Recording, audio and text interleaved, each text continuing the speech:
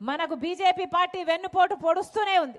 మనకి ఇవ్వాల్సిన హామీలలో మనకు రావాల్సిన హక్కులలో ఒక్కటే ఇవ్వలేదు బీజేపీ పార్టీ. అయినా అదే బీజేపీ పార్టీతో పొత్తు పెట్టుకున్నాడు చంద్రబాబు గారు. బీజేపీ పార్టీతో చంద్రబాబు గారు పొత్తు పెట్టుకుంటే జగన్మోహన్ రెడ్డి గారికి ఏమో అక్రమ పొత్తు. ఇద్దరికి పొత్తులున్నాయి. ఒకరిది బహిరంగ పొత్తు, ఇంకొకరిది అక్రమ పొత్తు.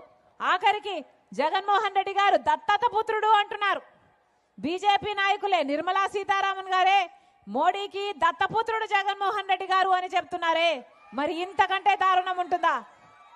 రాజశేఖర రెడ్డి గారి వారసుడు జగన్మోహన్ రెడ్డి గారు రాజశేఖర రెడ్డి గారి కొడుకు అనుకొని వారసుడు అనుకొని ఓట్లేస్తే ఈరోజు రాజశేఖర రెడ్డి గారి వారసుడుగా మిగిలారా, లేకపోతే మోడీ దత్తపుత్రుడుగా మిగిలాడా?